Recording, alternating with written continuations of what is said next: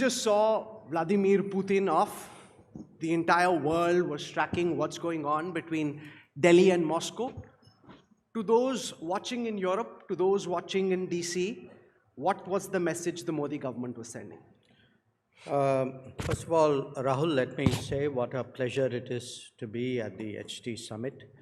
Of course, it's it's particularly tough when you're featured after Hugh Grant. But fortunately, foreign policy is more exciting than any movie currently. So coming to President Putin, I don't think it's just a question of what do you say to those capitals. I think most important, what is it you say in Delhi and Moscow? And why I say that is, there are two aspects to it. For a country like us, a big country rising, expected to occupy a more important place, even more important place, it's very crucial that our key relationships are all in good repair, that we optimize our position, that we maintain as good cooperation as possible with as many important players, and in fact, as many players as possible, and that we have that freedom of choice.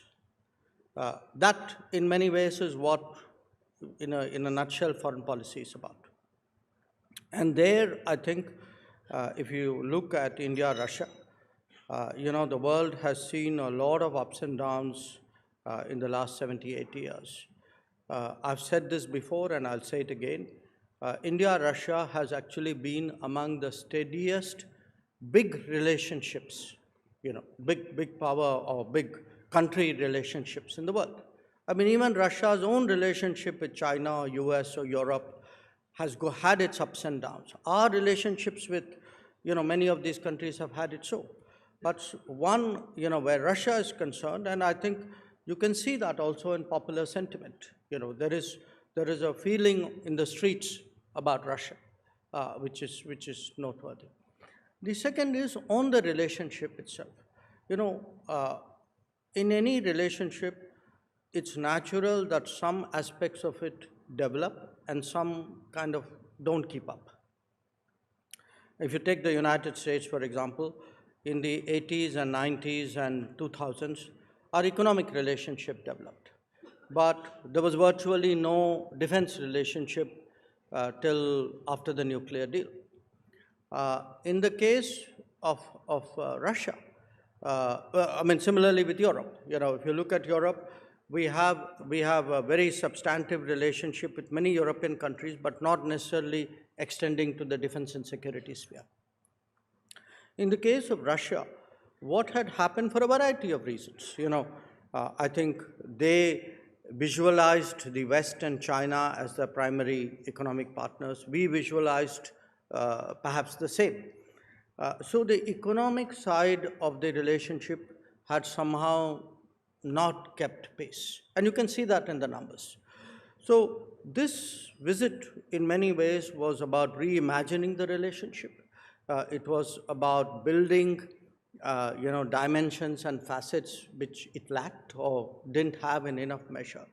So if I were to pick 2 or 3 big takeaways, for me, the mobility agreement, where Indians would now much more seamlessly find work opportunities in Russia was one big outcome.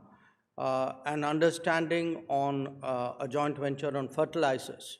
We are the world's second biggest fertilizer importer after Brazil, and it's a huge, it's a recurring issue that we have, and also because the fertilizer sources have been very unstable.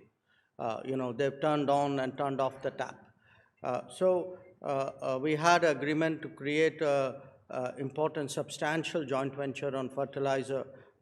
In a way, you can say it's food security.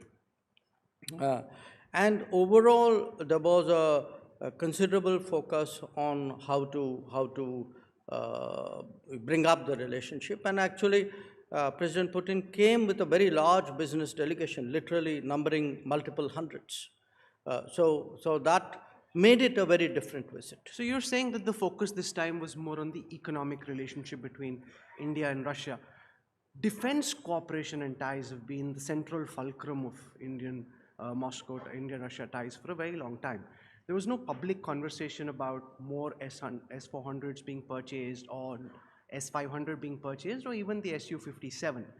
Given the fact that China now plays an important role in the supply chains of Russian defense armaments, Dr. Jaishankar, would India be willing to consider buying, say, the Su-57 from Moscow? And how much at the back of your head would be playing the fact that some of the critical tech inside could actually be coming from China? I would have been surprised if you didn't ask me that question. The answer is that yes, there was a what we call the Intergovernmental Commission, the military technical cooperation side of it meeting. From our side, Raksha Mantri Rajnath Singh ji was the chair, their defense ministers, the Russian co-chair. They had the meetings. But I'm telling you, what the summit itself did. Of course, we have good defense cooperation. Again, it's been a very continuous dimension of our cooperation with Russia. But where specifics are concerned, that's for the various systems to work out and do in their own way. You dodged my question, which is fine. You're trying to further India-Russia ties at a time when the United States would have ideally wanted greater strategic alignment, which now seems very, very difficult. But do you think, given that you're in the final stages, or at least attempting to push through the first tranche of an India-US trade deal, President Putin's very public visit to India complicates negotiations with DC? No, I disagree with you. I think everybody knows that India has relations with with all the major countries of the world, and I think for any country to expect to have a veto or a say in how we develop our relations with others is not a reasonable proposition, because remember, the others can expect the same.